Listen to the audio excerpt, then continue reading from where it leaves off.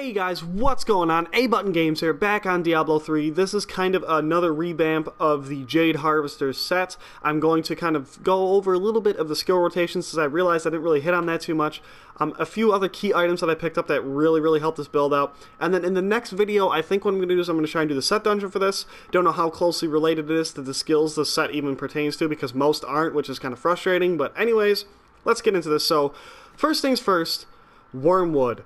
Holy shit, you need this. I didn't really understand too much what it did beforehand, but picked it up, I threw it on here, and oh my god. Basically what it does is it gives you this little aura down here. And what this does is this will constantly apply Locust Swarm to people who are within that range. And that basically gives you two things. One, that makes it a hell of a lot easier for your Ring of Emptiness to go off, which basically doubles your damage. You deal 260% increased damage to enemies affected by both Haunt and Locust Swarm, so Haunt is really easy to put on everyone. Locust Swarm, not so much because it costs so much fucking mana.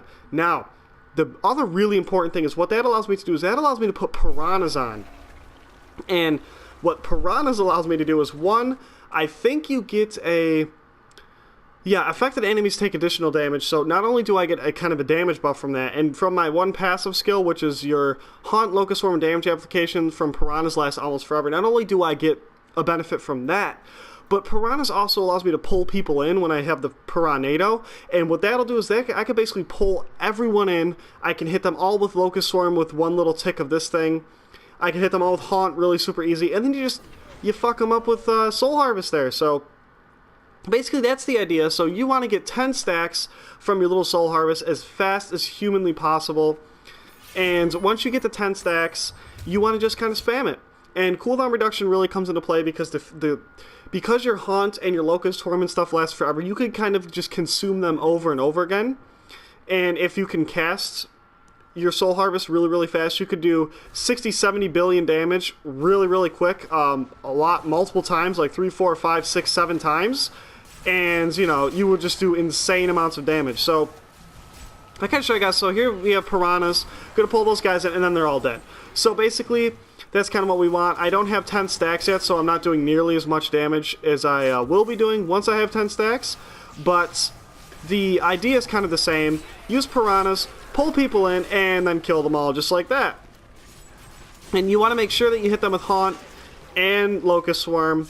So, you know, the one maybe slight downfall to using Wormwood instead of the actual skill for Locust Swarm is that you do kind of have to get right up on people, but the other thing is Locust Swarm doesn't really have a very far radius itself anyways, so, you know, this way it doesn't cost any mana, and you're getting it for free. So I think that that's like way more important. So we'll wait for this guy to get hit by, and then we'll kill him in one hit, just like that. You know, it just does billions and billions and billions of damage. Really awesome. I really like this build. So another thing that you guys might want to focus on for this build would definitely be cooldown reduction, because you want your Soul Harvest to be able to come back as quick as possible, because that's where all your damage is coming from the consumption. So definitely you would want to work on that if you're trying to figure out, okay, what should I work on Paragon wise, what should I focus on. You know, once you get to a high enough Paragon level, you could kind of have everything anyways, and then, you know, the game's broken at that point, so it doesn't really matter. But for starters, for people looking for stuff like that, looking for maybe like little mini hints or something like that, that's definitely what I would focus on. Now, you know, everyone's different. People probably have your own little versions of my build, and I'm sure some of them work a hell of a lot better because I'm more of a casual player. Like, it might not seem like it, but you could probably tell because my Paragon's only 400 on here, and I've been playing for a long time.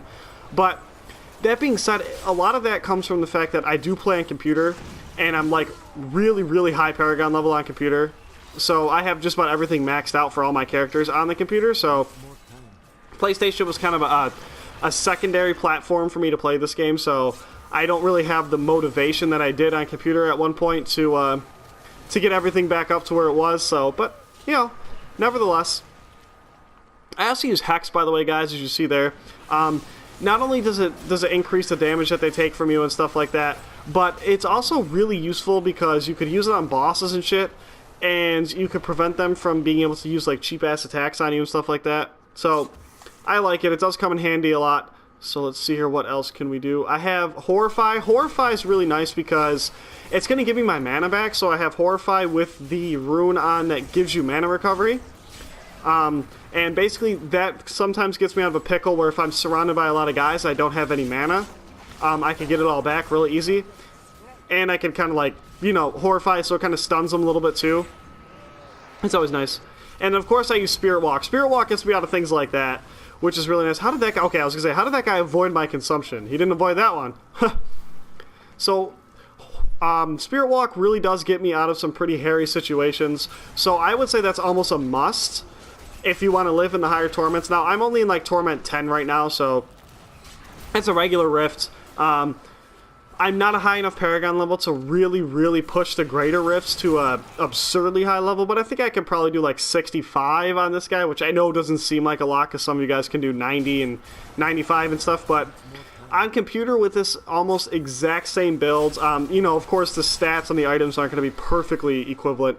I can get pretty high. I can get up into the 90s and stuff because survivability is just, it is actually a pretty key component to this build, and with the bracers that decrease damage for every stack of your little soul harvest that you have, you could really stack that up. And of course, you know, once you get a high enough Paragon, you have your life thing maxed out, your resistance is maxed out, your life on hit maxed out, all that stuff, so it really does help. Wow, these guys are just shitting legendaries for me today. I do like it.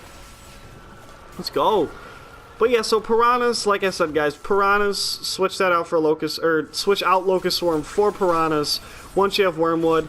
I would definitely focus on getting Wormwood probably after you have all the other key pieces of this build, because it's not a necessity. Like you guys saw, I was able to do a shit ton of damage last time, but what it really does do is it is really good for saving your mana.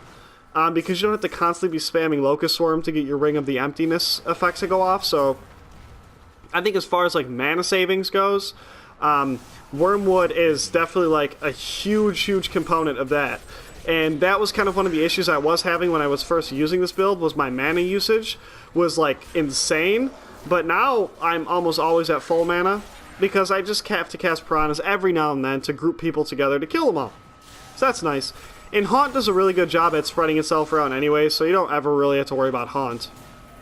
You can kind of just throw it on these guys all the way over there, and by the time you get over there, either they're going to be dead from it, or you'll kill them in one hit with Soul Harvest, so not really a big deal. Alright, yeah, see, all these guys already have Haunt on them, and now they're dead. So, that's always fun. Nice. Where are we at? 78%, that's bad. Jesus Christ, games, shit and legendaries, alright.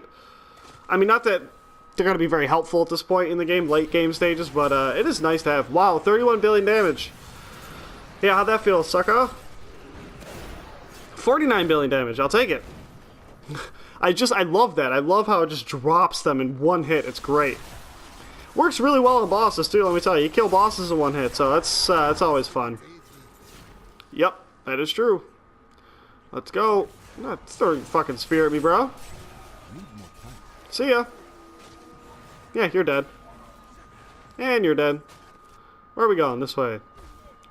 This way. This way. Okay. Dead. And dead. And dead. Just trying to get that boss out here. So you guys can get kind of like a little bit of a preview here if you guys are working for this build. What you guys can expect. You know, basic skill rotation.